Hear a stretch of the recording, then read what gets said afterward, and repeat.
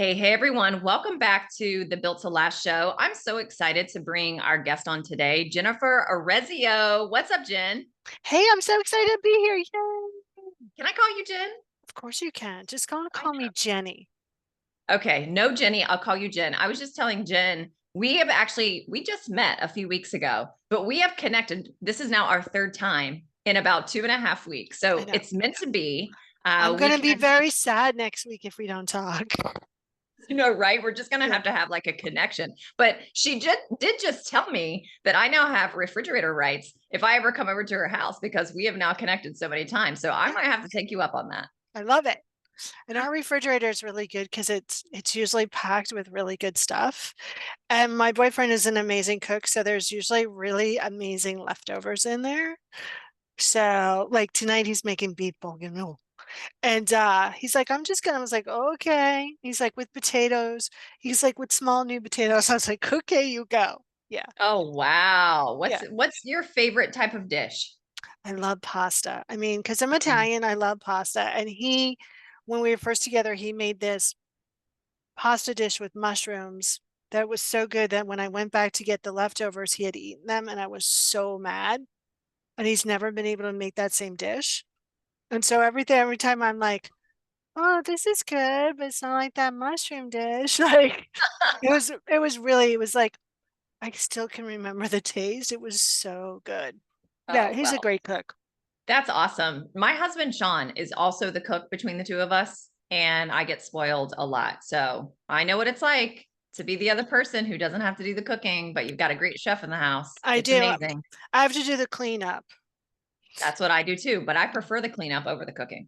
Really? I don't mind to cook, but the cleanup is he uses every pan in the house, and we're a well-stocked pan house, so it could take me like and the and he gets stuff everywhere, like there's splatter everywhere. So, but it's worth it. Totally. Excuse me, I had peanuts Awesome. before I got on the phone. Not a I good love look. it. Well, I love learning more about you personally too, Jen. So let's kind of switch gears here a little bit. We talk so much about what leads to our clients being really successful and satisfied, so that they want to hang out in our ecosystem longer. They want to keep buying things from us, or they want to rejoin our communities. They want to bring other people in. And when you and I met, and I heard what your expertise is and your gifts and your talents are, I was like, wow, we really got to have you on the show, because one of the problems that I definitely see from my perspective in the group coaching and online education space, and I think a lot of business owners and leaders sense this as well, and it's kind of twofold, and this is what we're really going to dive into the rest of the show. Are we actually bringing the right people into our program such that they are at a place where they need to be and they have what it takes to actually get the results we're promising? And then the other side of that is, once people are in our programs, as you and I both know, not everybody is the same. And even if we are trying to grow a business at scale and we've got 50 people or 500 or 5,000 students or members inside of our programs, we cannot lead or communicate with every single one of those people in the exact same way. And you've got some magic going on there that I think can really help business owners. So how about we start with this? Fill people in on, what is your gifting? What do you do? How did you even, I think there's a really cool story behind how you discovered what you do as well. So I would love for you to dive into that. Oh, well, first of all, thank you. I'm so honored to be here and I do love spending time with you because it's just such an energetic connection. What I do is something called soul language, which I created a paradigm or tool that puts words to your essential nature and the essential nature of your business. Why do you want that? You want that because humans love words. And when we really understand our essential nature, we can really have those words to express it fully. We also feel safe doing so. It also gives you a tool to see where you're operating on your personal soul and in your business from an unconscious or pattern or pain perspective. And I think so often many of us put a lot of pain in our business, really unaware of what that pain is. And I also think that shows up in a lot of group programs, right? If we're not conscious, and that's why understanding your soul languages allows you to be more conscious. If you're not conscious, then you're operating on that pain and programming. And what happens when groups come together, it becomes a family dynamic. And so any of your pain and suffering from your family of origin that hasn't been worked out or you're not conscious about, you're going to start collecting those little bits of energy to create those patterns again so you can kind of heal it and let it go. So when you're conscious, you're actually creating a group that is actually based on consciousness, not based on what your mother said to you when you were 13, which doesn't make for good group dynamics at all. So I think that's really key. And I think that's why understanding your soul languages and the energy or the soul of your business supports that, because you really know how to use that energy consciously rather than through, automatic pain or programming. Okay. I love this. This is probably not a conversation people are having with themselves every single day. Right. And to your point, a lot of what's going on as a leader and business owner is subconscious. Can you give us maybe one or two examples of what it might look like? You were saying that are we leading from this pace of unhealed trauma or pain, and then we're creating this family dynamic? Do you mind giving just a couple of examples so that Not at people can all. say, like, oh my gosh, like I'm totally doing that, or that's totally me?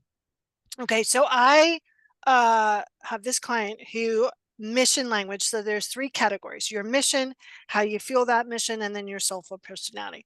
Her mission language is called matriarch patriarch. Top line, they're leader, right? The unconscious or pattern side of that is they become a dictator. Now, she collects matriarch patriarchs. So she's got a group of matriarch patriarchs, and she is one. Leaders, all leaders. So if she's unconscious and starts to be a little bit of a dictator, what that's going to happen is there's going to be a lot of friction. So when a matriarch patriarch in that group dynamic, if she's not conscious, speaks up and goes, I have a question, she can take it as a threat of power. Ooh. Oh, yeah. And then it becomes a lot of friction, right? So then that's an opportunity to either move into consciousness or act unconscious. But when you know those dynamics, you can go, okay, take a deep breath. This group person is just being her matriarch patriarch, whether that's conscious or unconscious. And as a group leader, your job is to hold the consciousness, right? You're supposed to be the one that is actually at the highest level so you can allow people to rise. So if a person is acting in their natural essence, A, the leader won't take that personally. B, if that participant is acting unconsciously, she can lovingly call her on it versus moving into her own pain and programming. And that's just a little bitty slice of the pie. But when you know those dynamics, it allows you really to have a more lovely, engaging, relaxing, healing group dynamic that actually fosters a lot of wonderful support and energetic connections and growth. So I recently had a group, and I know everyone's known languages, and one person left the group. And I talked to the other group members, and they're like, I love the group now. I really love the group. And the reason was this individual that left doesn't have any of the soul languages in common with the other people. The other people are basically, they each actually have one in common, so they really get each other. And so it was kind of like off balance and off kilter. And I was like, oh, yeah, I had a wrong person come into that group that created a dynamic that wasn't really easy and graceful. I have this ability, because I know people's soul languages, because I know the energy I'm collecting, to create really groups, even classes where people go, oh my Mhm. God, I feel so seen and heard. I remember Mm. one guy came in, never saw him before, and he said something during this group class, and he's like, I can't believe I just said that. I've never spoken that out loud. I don't even know any of you, and I feel so safe and protected. That's because I know who I'm attracting, and I set that up ahead of time versus where people are just inviting people into their group because they want to make money. There's nothing wrong with making money, but there's a better way to do that so you receive and your participants are receiving more than they even could imagine. Okay. So got a question about this. I'm so fascinated by this conversation, by the way. And I hope our Good. listeners are too. So go back to your group where you had the person, the client who exited the group, and then the other clients who stayed start indicating to you, oh my gosh, like now I really love the group. And what you were able to identify is the person who exited had a different soul language, and all the other people still there all had the soul language in common. Yeah, basically they were all warrior energy in nature, Okay. which is a characteristic of a soul language. And this person had no warrior energy at all. And so, in all honesty, it they, and which is not true, but they consider that person weaker because of the warrior Okay. energy was so charged. They're like, I get that. my God, you're being weak. Like, not true, not accurate at all, but that's the dynamic that was set Yes. up. So here's my question. Can a group of, or a class, or an event, or a retreat, it doesn't matter, where people are gathering together and they're paying and we're delivering the value, whether it's 5 people or 500, does everybody in the class or group or retreat or event, do they all need to have the exact same soul language for it to be effective? No, Okay. no, not at all. Talk to me about So that. it's important for the person who's creating the group, whether it's 10, 5, or 500, know what soul languages they're attracting and what their energy does with that soul language. That's the most important part, right? Okay. Talk to us about that. I collect warrior energy, lots of it. I collect highly innovative languages. I collect um, people that are like pioneering energy and visionaries and all of that. Those are people who are attracted to me and love playing with each other, right? So I know when I set up a group dynamic, like I know that I'm going to use words that are an energy that is going to attract that group, right? So Right. you're And going to use that language in your marketing mhm, and in your sales messaging such that it exactly. attracts the people who you really do jive with very well, who can get great results from you. Yeah. So Okay. every soul language has keywords that are attached to it. So I always use those keywords in my marketing of Mm. the energies I want to attract because they resonate with it, right? And this individual that had come in the group, great client, been a client for years, just not now I know not to we can't put them with warriors. It just doesn't work out, right? Mm. So those are all things that you get to learn and understand when you understand your own core energy. You understand the business energy, you understand who you attract. And when I work with coaches after IDing 5, just in a discovery session where we ID one of their soul languages, of their clients, I can tell you exactly who their client is, where the holes in their business are, what they should words they should be using in marketing, and what's resonating with their clients just by looking at that energy. Okay. Another scenario that I see too often, there's so many women's only groups where the leader and the business owner is a woman and the programs are for women only. And one of the dynamics that I have seen, I've been in this business 13 years. I've seen it for 13 years. And again, I've seen too much of this where the clients almost, well, almost, or I have actually seen them do this, where it's like they gang up together on the business owner. And there's always a ringleader, and they will have tendencies like having their own calls, but they're gossiping about the leader, or they start their own Facebook groups, or they have their own Zoom conversations. I've also seen it where there was a ringleader client who convinced a group of other clients to exit a program. I personally know the person that happened to, and she lost about $500,000 because of that. But it's almost like this mean girl energy. I've seen it at in very large organizations up to, people have thousands of clients. I have seen clients turn around and create programs and offers that are basically the same thing that they're currently in. And then they like take clients over here and it just becomes like very, very messy. I've seen business owners that happen so severely that they end up just shutting everything down and they're making millions of dollars. But it seems like that tends to happen in female only circles. I don't ever hear that happening in male only circles. I also don't hear it happening in Mixed. co-ed circles. Yes. I would love for you to speak about this because it So is very common. yeah, so I heard it.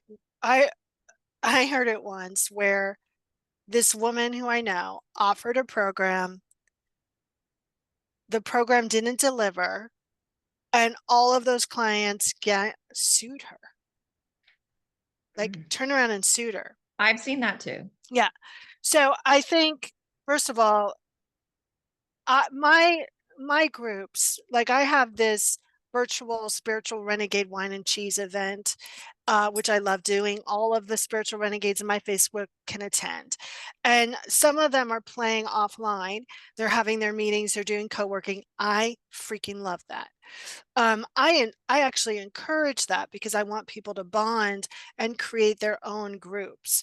I think it comes from a place of, it starts with a leader about who they're attracting, their own sense of lack, their own sense of doubt, and then really not being clear about the boundaries, their own energy, and what they offer. So I think it's an internal job. And then it's also about inviting what I call Lucy's into the group. So I pick you're going to love this, Megan. I pick my clients in 10 seconds or less. I tune into my soul and I say, what Peanuts character is this client? My clients are Linus's and Sally's. Why? Sally sits in a damn pumpkin patch and waits for the great pumpkin, but she gets mad when she feels like she's been fooled. Okay, I'm good with that. I get that. Yeah. Linus, loving, really, really profound stuff that comes out of Linus's mouth, right? Is Linus the one that drags the blanket? Exactly. Okay. Yes. Okay. I don't work with Charlie Brown's. That's victim energy, and I will eat it for breakfast. Like, I don't do well, right? I don't do Woodstock energy. That's crazy. Lucy's will pull the football. They will always pull the football. And it sounds like in those groups that happens, there's a Lucy. What do you And mean by always pulls the football? so Lucy with Charlie Brown sets up that football. And then as Charlie Brown goes to run for it, she pulls it. Okay, got it. As Charlie Brown goes on his butt, right? Okay. Lucy energy always pulls their football. And so when setting up a group, I make sure that there's no Lucy energy in there. First, because that sucks for me. And second, it sucks for the group. So in my group, thank everything in the universe, I've never had a mean. I've had scoochie people where you're like, okay, now you're talking too long. Now I'm going to have to pull you back, right? So the rest of the group can talk. But the pulling of the Lucy energy, the pulling of the football, each leader wants to make sure that there's no Lucy energy within that. And if there is, then you have to be really firm in your own lack within and really feeling strong and letting go of that lack within so those roles don't play out. So if somebody has Lucy in their program, is that what you're saying? Like those people are the ones who become the gossipers or the ringleaders that pluck other people away and cause issues. Okay. Those are the Lucy's. Okay. Good to know. All right, folks, no Lucy's. Make sure you have no Lucy's in your program. Okay. So the other thing that I want to dive into, whether we're working again, 5 people, 50, 500, 5,000 people. One of the pieces of pushback that I typically get on the client success side is I truly believe you cannot lead every single person in the exact same way. You can't communicate with them in the exact same way. When people enter into our programs, not everybody has the exact same goal. Not everybody values the exact same thing. And not everyone is on the exact same timeline. The pushback I get on that is, well, Megan, what you're basically telling me is that I can't scale my business or like to the level that I want if I've got to individualize, or I'm going to have to hire so many people on the client success and client support side to support that they're just seeing like dollar signs going down, down, down, down, down. So I'd love to hear your perspective on, we have all these people that we are serving at one time. We have our expertise, our signature system, our process that we're, channeling everybody through, but yet everybody kind of it's very dynamic. It's very diverse, introverts, extroverts, different learning styles, all the things, right? Exactly what we're talking about. And not every leader is skilled at what you're skilled at.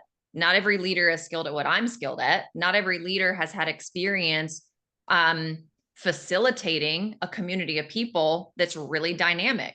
And so if you do have all these different soul languages in a group, even if it's like 3 or 4, how can we use soul language to better serve the clients and create an environment where everybody does have the opportunity to be successful and get the results we sold them into in the first place? Yeah, I think the first part of that is letting go of attachment about where you think the client should go and how they should be communicated with, right? And the second one in a pure communication style is you say the same thing 3 different ways, right? And that's about tuning into your own soul and going, okay, I can feel the energy of the group. What do I need to say it to sound for warriors to that energy to move forward, to and lump them in groups in a sense. So you can actually say something several different ways so everyone can hear it. One of the things I often do is I encode everything I do with the energy of speaking to their listening, and my intention is always to speak to their listening and to speak with the consciousness of love, first for myself and then for others. That alone encodes a lot of things so people can read between the lines of what you're saying. The second thing I do is I ask a lot of questions of them, and I ask them to share their answers. And I ask them if they need it in a different way than I'm asking or than I'm stating, please speak up. I think so often, especially in groups, people are looking at their content, they're running through it. There's not enough time for that interaction, right? And Mhm. there's an agenda, right? My agenda is their agenda. My agenda is not mine. I'm a warrior. Mhm. I could do more than 15 minutes and more people can do it all day long, right? So I'll pause and I'll go, okay, especially doing when I'm doing a class, I ask everyone to like kind of give me a thumbs up if they need more time. And if they need more time, then they go offline. So there's I'm complete, thumbs up, or I'm complete for now, which means they need to make a note and go back time and come to me later if they have any questions. So it's really about being an open communication channel and allowing yourself a little more time in your interaction and saying things more than once. I think so often we have a lot of agenda, we have a lot of attachment. And I think sometimes that is just pride. I want to do it this way, and that's the way I need to do it, versus it doesn't take a lot more money for me to slow down for 2 seconds, ask more questions, or do it or say it a different way. Mhm. So that's some of the suggestions I offer. We also can identify the energy of a group. So when people come together, that creates its own energy. And Mhm. often I'll do a soul reading for a group program. And then we talk to that energy of the group program because everyone shares that.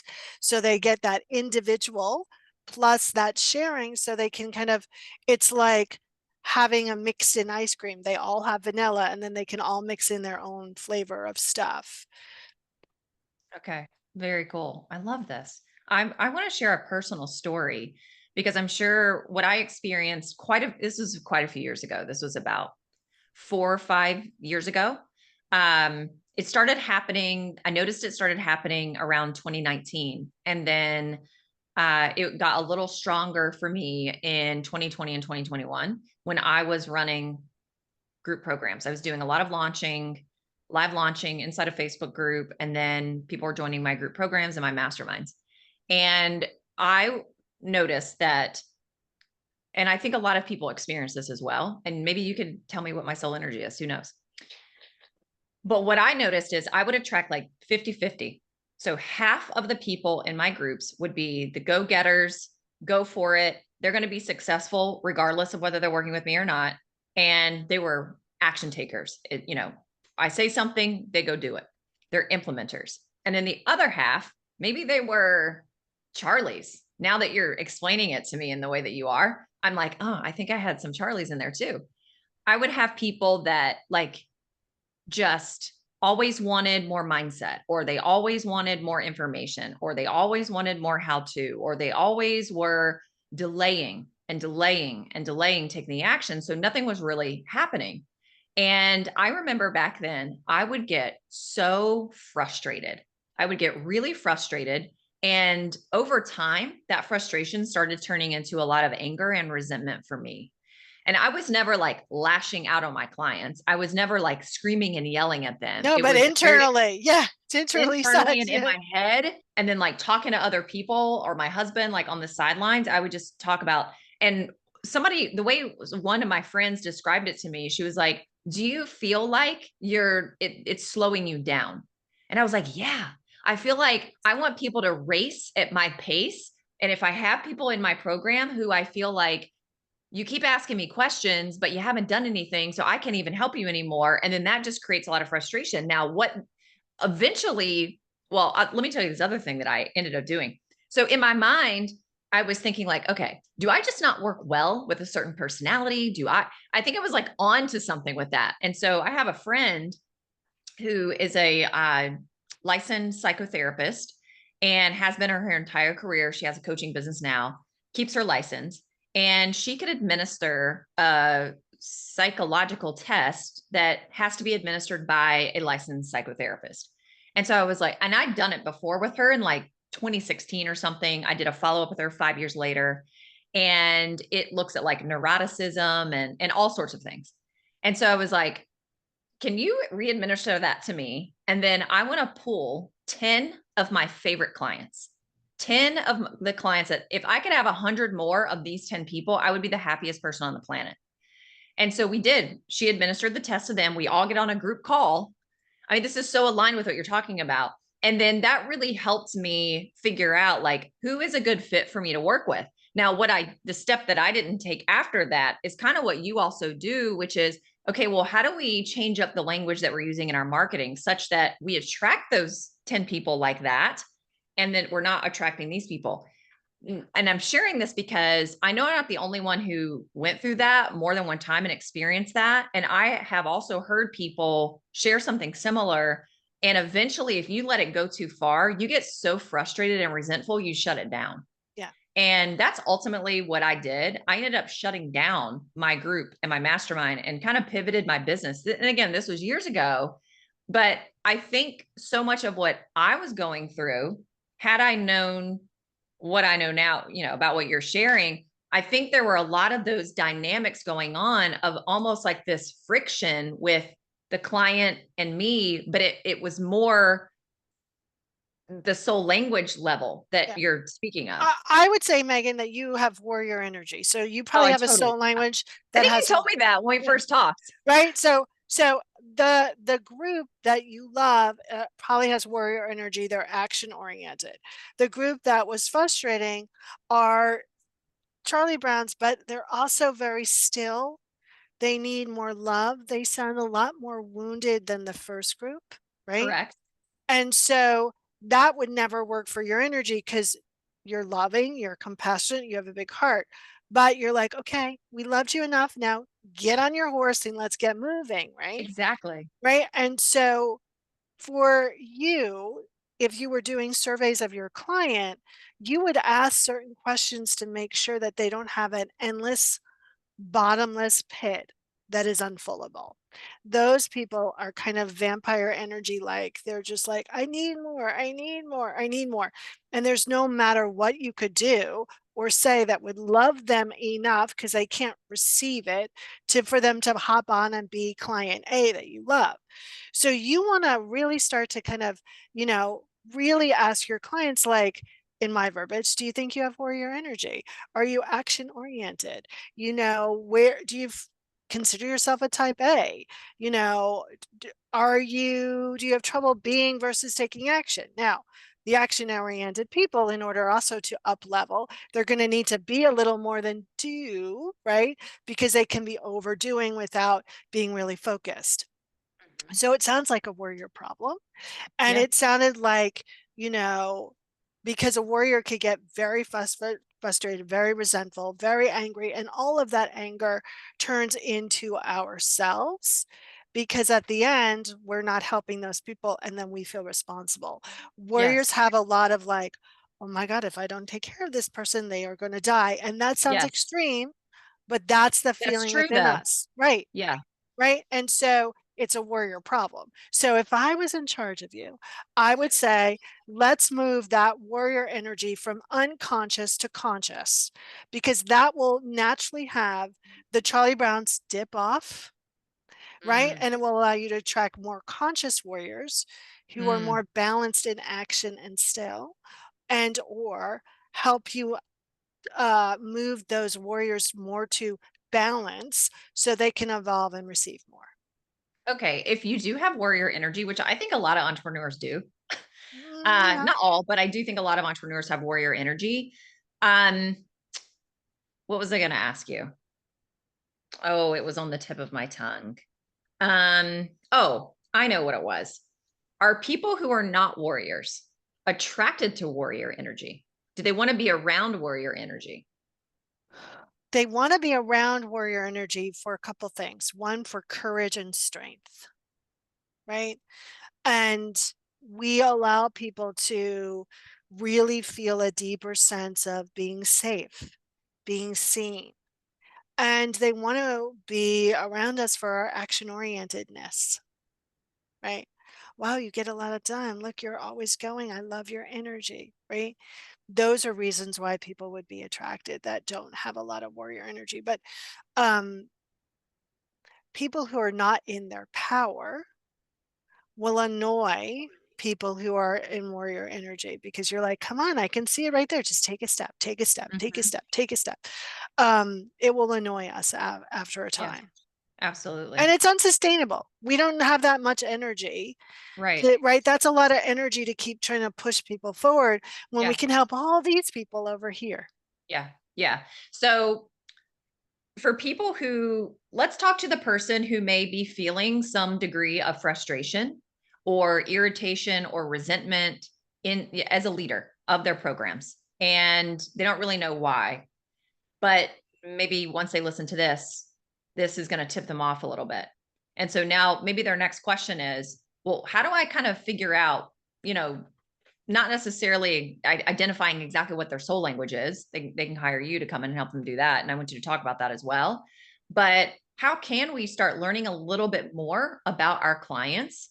Like you mentioned, like surveys and asking them certain questions, like what would be the next step? Because what we don't want people to do is just go shut the whole thing down and have to Yeah, start over and build from of scratch all over course. again, because then you're just going to repeat the same cycle. No, yeah, and that's just horrible. So you want to start to look for things that your clients say that are, oh, I could put them in the yes client or no client. So one of the things that people say to me when I know that they're not a client, now I'm a master intuitive, okay? One of the things that people say is, oh my God, I'm so intuitive. And I go, yeah, you're not my client because my client doesn't have to tell people they're intuitive, right? They just know it. There's not a, oh my God, I need to qualify this, right? My client is already in their power, so they don't have to say that. They don't have to let me know. So that's a one like I put that, oh, you're not my client check. So people want to start to determine what words that make them feel like yes inside for the clients or oh my God, I want to just like retreat. And then you just want to set the intention that they use those words because they will. I remember when I was first back in the dating pool a long time ago, I set the intention that I wanted the individual to go crazy really quickly. Like if they had a little bit of crazy, I wanted to pick up right away. And this guy was like, we were on the phone and we were supposed to meet. And I was like, he's like, I can't meet now. Can I meet later? I was like, no, I can't. Like I have a full day. And so action oriented. I went about my day and he called me and I'm in the supermarket. He's like, can you talk? I was like, no, I'm in the supermarket. Like, he's like, well, I think you don't really want a relationship. And I was like, dude, we just met each other. Like, you do not like crazy right away. Like the things he was saying. We can do that energetically with our clients. So to really really understand that, yes, this is a client. No, this is a client. You can be of service to the no, but you don't have to. And I think people don't listen to that because they're in lack. Like, oh my Mm, God, I got to take on this client. So I can feel it's not a client for me, but let me take it on anyway. So mhm. start to kind of deal with the lack internally and then have those keywords that can highlight if it's a client or if it's not. I love it. I love it.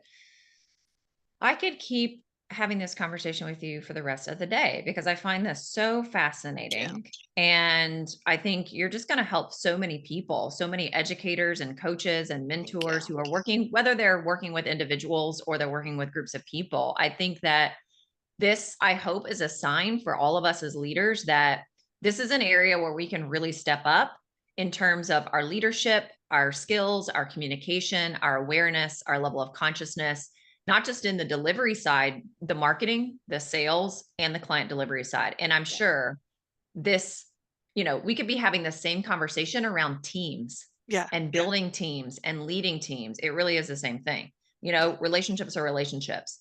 So, how can people get in touch with you? And also, I would love for you to share how you work with folks. I'm sure you work with people one on one. I'm sure you have groups.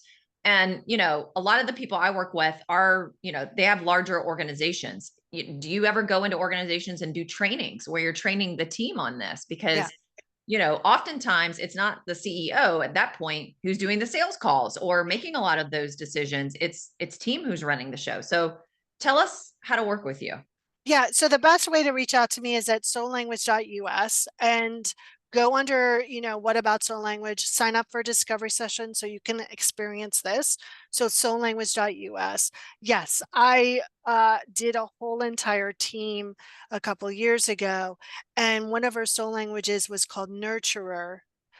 Uh, no, she was a mentor and she desperately, in our conversations together, wanted to be nurtured desperately. And she hired almost everyone in her team was a nurturer. And they're like, we try to nurture her, we try to help her, and she stiffs arm us, we can never get through. And here's a woman who desperately wanted to be nurtured and hired nurturers and was not accept her. She was so locked up in her receiving that she would constantly be like, no, I don't know, no, I changed my mind, blah, blah, blah. And I was like, listen, you need to really readjust your nurturing, or all these people are going to go away and you're going to hire a whole bunch of other nurturers and you're going to be in the same kind of situation. She didn't, and that's what happened. Mm, And I would get calls from her staff like, I'm leaving, I tried, I kept trying. And it was so debilitating towards them because they were doing their best and she would not receive any of it. So I've done that before. I've done it with teams. And it's really interesting because it really allows people to step into a deeper sense of knowing and loving themselves, which makes it easier to be in relationship.